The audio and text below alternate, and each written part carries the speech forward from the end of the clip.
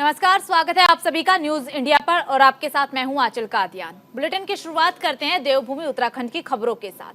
उत्तराखंड के मुख्यमंत्री पुष्कर सिंह धामी ने टनकपुर में नवनिर्मित विद्युत वितरण बोर्ड चंपावत के कार्यालय भवन का शिलान्यास और भूमि पूजन कार्यक्रम में भाग लिया। और तस्वीरें आपको दिखा रही हैं जब सीएम धामी ने चंपावत जिले को सौगात दी थी। नया विद्युत वितरण मंडल का शिलान्यास किया।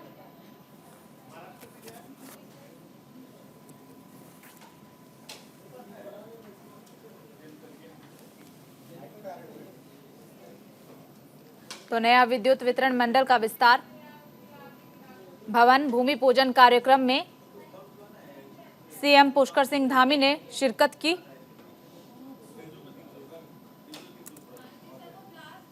और तस्वीरें आपके टेलीविजन स्क्रीन पर उस वक्त की जब मुख्यमंत्री पुष्कर सिंह धामी ने कार्यालय भवन का शिलान्यास और भूमि पूजन किया था।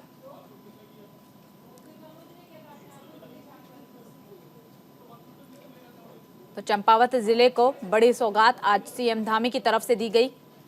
नया विद्युत वितरण मंडल का शिलान्यास किया गया। भूमि पूजन कार्यक्रम में भी शामिल हुए।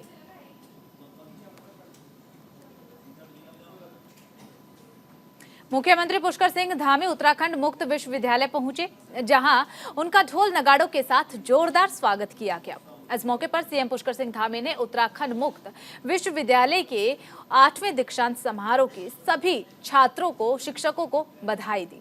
सीएम ने परीक्षा में सफल छात्रों को उज्जवल भविष्य की कामना करते हुए कहा कि मैं विश्वविद्यालय में कभी भी एक अतिथि के रूप में नहीं आता हूं, बल्कि एक छात्र के रूप में आता हूं। मेरे अंदर छात्रों के बीच में जाने की एक उत्सुकता रहती है। दीक्षांत समारोह में उच्च शिक्षा मंत्री डॉक्टर धन सिंह रावत और राज्यपाल भी मौजूद रहे।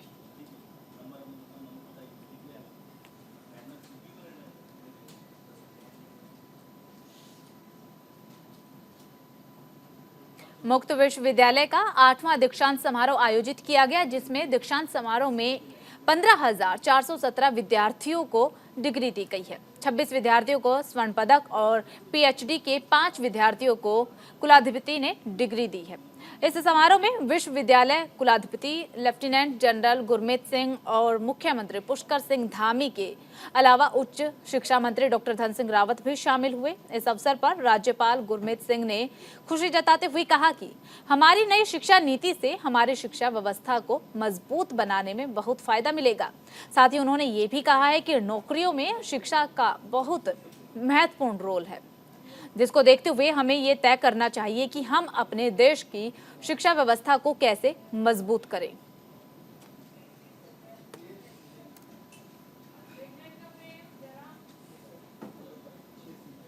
सचमुच आज बहुत ही खुशी हुई कि उत्तराखंड ओपन यूनिवर्सिटी के 8वें कॉन्वोकेशन में आकर आज ऐसा एहसास हुआ कि ओपन यूनिवर्सिटी का कॉन्सेप्ट और डिस्टेंस लर्निंग के कॉन्सेप्ट को बहुत ऊंचे दर्जे पर लेकर गए हैं। आज सबसे ज़्यादा खुशी इस बात की है कि 15,417 हमारे छात्र छात्राओं को आज उपाधि मिली है। आज उनको गोल्ड मेडल, पीएचडी से अवार्ड भी दिया है। और आज एक बार फिर अत्यंत खुशी मिली है कि आज हमारी बेटियों ने फिर अपना नंबर मारा है। उनकी जो सफलता है उससे बहुत ही खुशी होती है। मुझे ऐसा लगता है आज इन सबको मिलकर कि हमारी नई शिक्षा नीति, न्यू एजुकेशन पॉलिसी जो हमारी है, उससे किस प्रकार से हमारी शिक्षा, हमारे स्किल और हम किस प्रकार से अपने मिशन की तरफ बढ़ रहे हैं।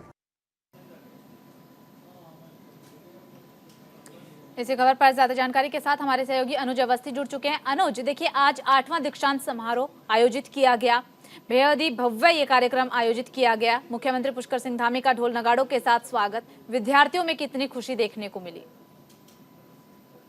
बिल्कुल, उत्तराखंड मुक्त विश्वविद्यालय का 8वां दीक्षांत समारोह आज किया गया और उसमें 15,417 जो विद्यार्थी हैं उनको डिग्री दी गई, साथ ही साथ जो पीएचडी धारक छात्र हैं उनको भी डिग्री दी गई, और साथ ही साथ मुख्यमंत्री हल्द्वानी लगातार जाते रहते हैं और आज छात्राओं के बीच रहे तो उन्होंने बहुत भव्य और दिव्य स्वागत किया, ढोल नगाड़ों के साथ उनका स्वागत किया गया। इसके अलावा अगर बात करें शिक्षा मंत्री धन सिंह रावत, राज्यपाल समेत जो अधिकारी थे वो वहां पे मौजूद रहे। तो कहा जाता है शिक्षा के क्षेत्र में उन्होंने एक बड़ी उपलब्धि हासिल करी है और मुक्त विश्वविद्यालय लगातार आज 8वां दीक्षांत समारोह है, तो वहां पे मुख्यमंत्री ने शिरकत करी है और मुख्यमंत्री ने उन्हें डिग्रियां भी बांटी हैं। और साथ ही साथ मुख्यमंत्री पुष्कर सिंह धामी ने ये भी बोला है कि जो हमारे मेधावी छात्र छात्राएं हैं उनका वो किस तरीके से आगे बढ़ सके, वो किस तरीके से आगे डिग्री पा सके और किस तरीके से प्रदेश के नाम रोशन कर सके, इसको लेकर के उन्होंने जो छात्र छात्रा उनको शुभकामनाएं भी दी है।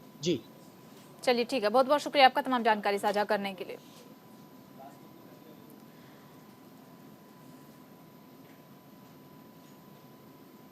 तो 8वां दीक्षांत समारोह आयोजित किया गया, मुख्यमंत्री पुष्कर सिंह धामी ने शिरकत की और इस खास मौके पर विद्यार्थियों में खासा उत्साह भी देखने को मिला। छात्रों को डिग्री दी गई और जब मुख्यमंत्री पुष्कर सिंह धामी समारोह में पहुंचे तो ढोल नगाड़ों के साथ उनका स्वागत किया गया। 15,417 विद्यार्थियों को इस दौरान डिग्री दी गई।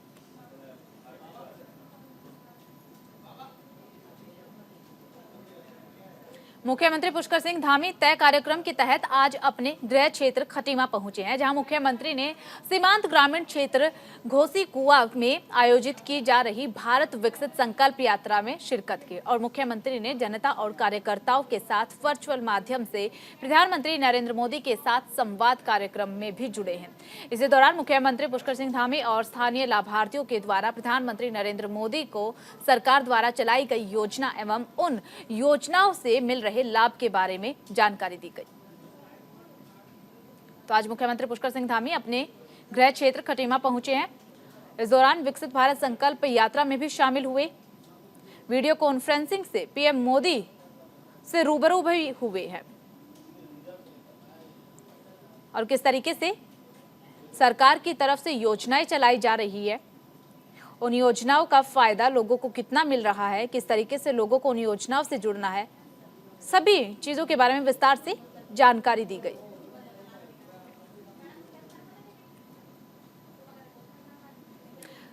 चलिए खबरों में आगे बढ़ते हैं और बात उत्तराखंड के मौसम की कर लेते हैं। मौसम शुष्क बना हुआ है, सुबह और शाम ठंड हो रही है तो दोपहर में धूप निकल रही है। वहीं बात करें आज की तो पहाड़ से मैदान तक दिन की शुरुआत हल्की धूप के साथ हुई। कई जगहों पर हल्का कोहरा रहा, लेकिन दिन चढ़ने के साथ ही धूप निकल गई। वहीं पहाड़ी इलाकों में ठंडी हवाओं के चलने से ठंड का एहसास हो रहा है। उत्तरकाशी, चमोली, रुद्रप्रयाग, टिहरी जैसी कई जगहों पर न्यूनतम तापमान 5 डिग्री सेल्सियस से नीचे रहा। देहरादून, हरिद्वार और उधम सिंह नगर में न्यूनतम तापमान 10 डिग्री सेल्सियस के आसपास रहा है। मौसम विभाग के अनुसार अगले कुछ दिनों तक मौसम शुष्क रहने की संभावनाएं हैं। सुबह और शाम ठंड का एहसास हो सकता है, दोपहर में धूप निकल सकती है। नए साल में प्रदेश भर के मौसम में बदलाव देखने को मिलेगा।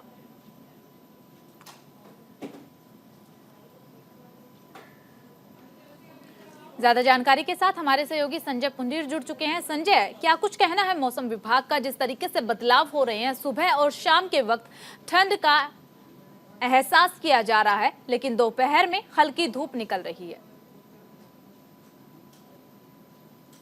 हो रही है जिसका असर अब मैदानी जिलों में भी देखने को मिल रहा है। हालांकि लगातार पड़ रही बर्फ से कहीं ना कहीं जहां आम जनजीवन प्रभावित हो रहा है तो वहीं पर्यटक इसका लुत्फ उठा रहे हैं, क्योंकि हम देखते हैं कि जब पहाड़ों में बर्फबारी होती है तो मैदानी जिलों में रह रहे लोग पहाड़ों का रुख करते हैं। यही वजह है कि वहां का व्यापार भी बढ़ जाता है। हालांकि मौसम को लेकर समय समय पर जो मौसम विभाग है वो अपनी चेतावनी दे रहा है और लोगों को ये भी कह रहा है कि आप पहाड़ों में जा रहे हैं तो वहां पर सावधानी बरतें, क्योंकि हम देखते हैं जो पलायन के लोग होते हैं, जो गाड़ी चलाते हैं, वहाँ कई बार हादसे का शिकार भी होते हैं। इसको लेकर वहाँ का जो जिला प्रशासन है वो पूरी तरह तैयारी में है। हालांकि कई रूट डाइवर्ट भी किए हैं और आने वाले दिन भी लगातार ठंड बढ़ सकती है, क्योंकि हम देखते हैं कि जिस तरह समय समय पर मौसम विभाग यही कह रहा है कि आने वाले जो दिन होंगे उसमें ठंड में इजाफा हो सकता है। उसको लेकर मैदानी जिलों में भी संभलना होगा, क्योंकि मौसम मैदानी जिलों की अगर बात की जाए तो यहाँ भी कोहरा पूरी तरह यातायात प्रभावित कर रहा है। इसको लेकर कहीं ना कहीं जो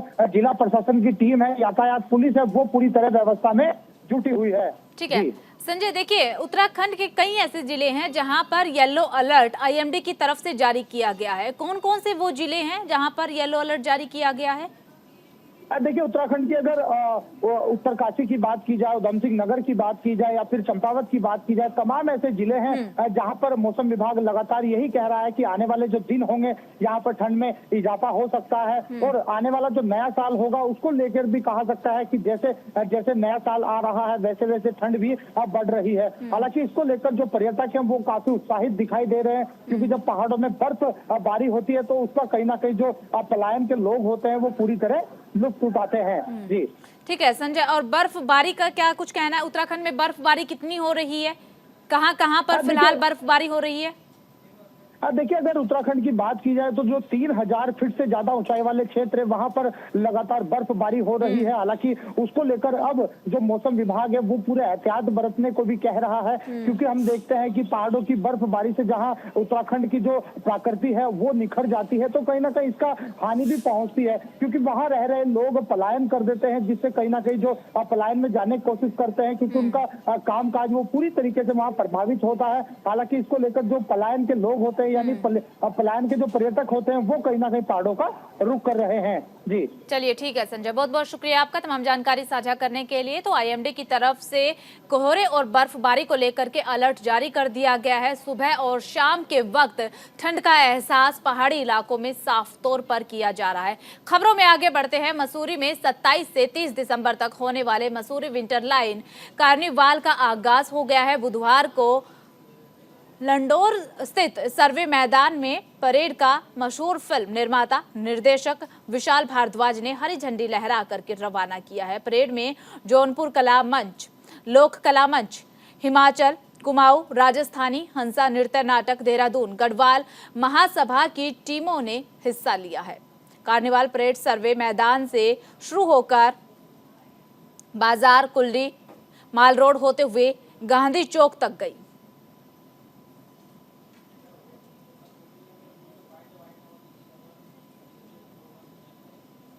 खुशी है, ये बहुत ही बड़ा फेस्टिवल होता जा रहा है, दिन पे दिन हर साल बढ़ रहा है। और इस बार जो एसडीएम साहब हमारे दीपक सैनी जी उसको इतने अच्छे से ऑर्गेनाइज कर रहे हैं। मैंने देखा यहाँ का प्रोग्राम जिसमें कि लोकल टैलेंट के अलावा इंडियन ओशन जैसा बैंड भी यहाँ पे आ रहा है, वो लोग इतना अच्छा गाते हैं और मुझे इसका हिस्सा बनाया गया, मुझे बहुत। तो उधर सर्दियों के खुशनुमा मौसम में पर्यटक प्राकृतिक सुंदरता का आनंद लेने के लिए उत्तराखंड पहुंच रहे हैं। घाटी में कड़ाके की ठंड के चलते नदी नाले जमे हुए हैं जो पर्यटकों को खासे आकर्षित कर रहे हैं। नए साल से पहले ही पर्यटक ओली, गोरसों समेत अन्य जगहों पर पहुंच रहे हैं और काफी संख्या में पहुंच रहे हैं। अब पर्यटक सीमांत क्षेत्र नीति घाटी का भी रुख करने लगे हैं। जोशीमठ पहुंचे पर्यटक बड़ी तादाद में सीमांत क्षेत्र के गांवों और वहां की खूबसूरती को देखने के लिए पहुंच रहे हैं। मनाने को लेकर के टूरिस्ट अब उत्तराखंड का रुख कर रहे हैं। हम इस समय खड़े हुए हैं रेलवे स्टेशन में, राजधानी देहरादून के। यहाँ पे आप देख सकते हैं कि बड़े गाड़ियों की लाइन लगी हुई है और टूरिस्ट दिल्ली हो, पंजाब हो, हरियाणा हो या उत्तर प्रदेश हो, बाहर से टूरिस्ट यहाँ उत्तराखंड आ रहे हैं और यहाँ पे नए साल का जश्न मनाने को लेकर के आ रहा है। कोई मसूरी जा रहा है, कोई ऋषिकेश जा रहा है, कोई हरिद्वार जा रहा है, कोई चोपता जा रहा है, कोई बर्फ़ को लेकर के औली जा रहा है। तो टूरिस्ट ने अब उत्तराखंड का रुख किया है और उत्तराखंड टूरिज्म को भी इसको लेकर के फ़ायदा होगा। टूरिस्टों की आवाजाही को लेकर के लगातार प्रशासन भी अलर्ट मोड पे है, साथ ही साथ पुलिस ने भी व्यवस्थाएं अलर्ट मोड पे रख रखी हैं। आपको बता दें कि चूंकि राजधानी देहरादून का ये दून रेलवे स्टेशन है और दून रेलवे स्टेशन में आप देख सकते हैं कि भीड़ किस प्रकार से टूरिस्ट आज टूरिस्टों के आने की शुरुआत हो चुकी है और उत्तराखंड में नए साल का जश्न जश्न मनाने को लेकर के टूरिस्ट यहाँ देहरादून आ रहे हैं और देहरादून से वो ऋषिकेश, हरिद्वार समेत कई ऐसी जगह है जहाँ पे जाएंगे और नए साल का लुत्फ उठाएंगे। कैमरा पर्सन राहुल कुमार के साथ अनुज अवस्थी, न्यूज़ इंडिया, देहरादून। खबरों में आगे बढ़ते हैं। लक्सर में कांग्रेस सेवा दल की एक दिवसीय कार्यशाला का आयोजन हुआ है, जिसमें 2024 लोकसभा चुनाव के लिए कांग्रेस की रणनीति बने और कार्यकर्ताओं में चुनाव जीतने का जोश भरा गया। वहीं पूरे प्रदेश में कांग्रेस कार्यशालाएं और जनसंपर्क अभियान कार्यक्रम चला रही है। कांग्रेस के प्रदेश महासचिव का कहना ये है कि इस कार्यक्रम के जरिए कांग्रेस बीजेपी की कार्य स्थानीयों की पोल खोलने का काम करेगी। साथ ही नवनियुक्ति प्रदेश प्रभारी कुमारी शैलजा के उत्तराखंड दौरे का लेकर भी चर्चा की गई है। इसके अलावा इस कार्यशाला में चुनाव बैलेट पेपर पर कराए जाने की मांग रखी गई है और केंद्र सरकार पर जमकर निशाना भी साधा गया।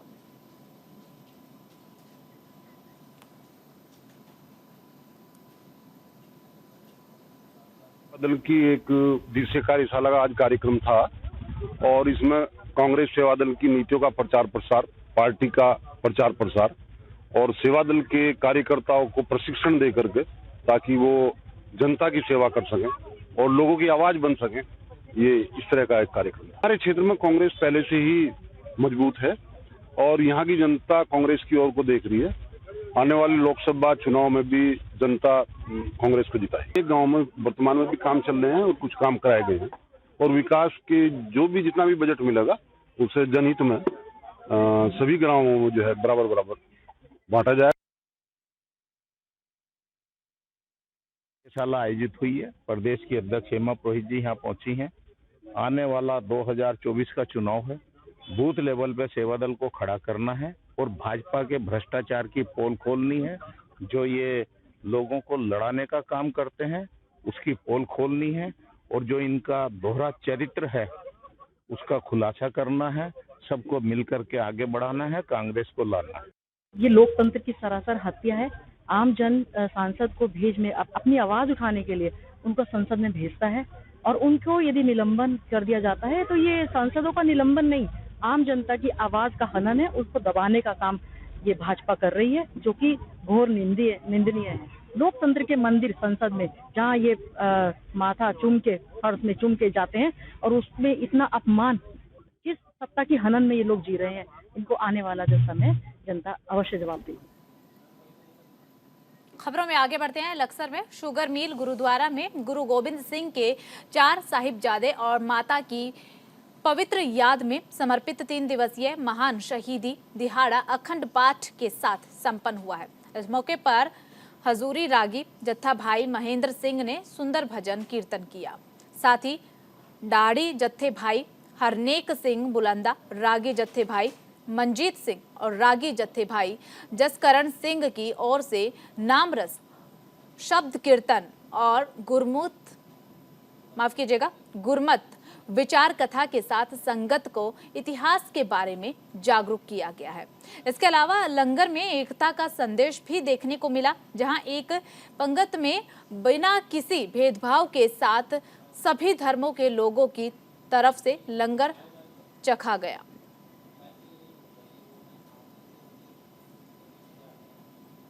का खालसा वाहिगुरु जी की फतेह। ਅੱਜ ਦਾ ਇਹ ਮਹਾਨ ਸ਼ਹੀਦੀ ਦਿਹਾੜਾ ਸਾਹਿਬ ਸ੍ਰੀ ਗੁਰੂ ਗੋਬਿੰਦ ਸਿੰਘ ਜੀ ਦੀ ਮਾਤਾ ਗੁਜਰ ਕੌਰ ਜੀ ਅਤੇ ਉਹਨਾਂ ਦੇ ਚਾਰੇ ਸਾਹਿਬਜ਼ਾਦਿਆਂ ਦੀ ਸ਼ਹਾਦਤ ਨੂੰ ਸਮਰਪਿਤ ਹੈਗਾ, ਜਿਨ੍ਹਾਂ ਨੇ ਸਨਾਤਨ ਧਰਮ ਦੀ ਰੱਖਿਆ ਲਈ ਤੇ ਇਨਸਾਨੀਅਤ ਦੀ ਰੱਖਿਆ ਲਈ ਆਪਣਾ ਸਰਵਸਵ ਕੁਰਬਾਨ ਕਰਤਾ।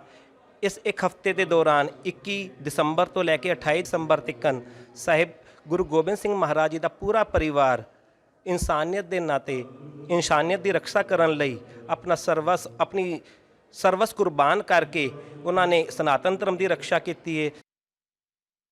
आज दंदन साहिब श्री गुरु गोबिंद सिंह जी महाराज जी के 4 साहिबजादे व माता गुजर कौर जी की शहीदी दिवस को समर्पित महान शहीदी दिहाड़ा लक्सर गुरुद्वारा साहिब में साहिबजादा अजीत सिंह सेवा सोसाइटी व समूह साथ संगत के सहयोग से मनाया जा रहा है। हर वर्ष की भांति इस वर्ष भी भारत से आए रागी जाते संगत को कीर्तन से निहाल कर रहे हैं। फिर लंगर का आयोजन भी किया जा रहा है। गुरु जी के 4 साहिबजादे व माता जी के माता जी ने, जिन्होंने अपने सर्वंश कुर्बान किया था सिख धर्म की रक्षा के लिए, सनातन की रक्षा के लिए, इस्लाम ना कबूल करते हुए अपना प्राण न्यौछावर किए थे, उनको श्रद्धांजलि अर्पित करते हुए आज ये शहीदी दिवस मनाया जा रहा है। तो उधर ज्योतिष पीठ के स्वामी शंकराचार्य स्वामी अविमुक्तेश्वरानंद सरस्वती अपने उत्तराखंड दौरे के पहले दिन हरिद्वार पहुंचे। कल से वे शरदकालीन चारधाम यात्रा के लिए प्रस्थान करेंगे। उत्तर प्रदेश और बिहार के हिंदी भाषियों को लेकर दयानिधि मारन के विवादित बयान के बाद प्रतिक्रिया देते हुए शंकराचार्य स्वामी अविमुक्तेश्वरानंद सरस्वती ने दयानिधि को अहंकारी बताते हुए कहा कि एक तरफ तो देश का प्रधानमंत्री साफ सफाई करने वाले लोगों के पैर धोता है, तो वहीं अहंकारी दयानिधि मारन ऐसे लोगों के प्रति ऐसे मानसिकता रखता है।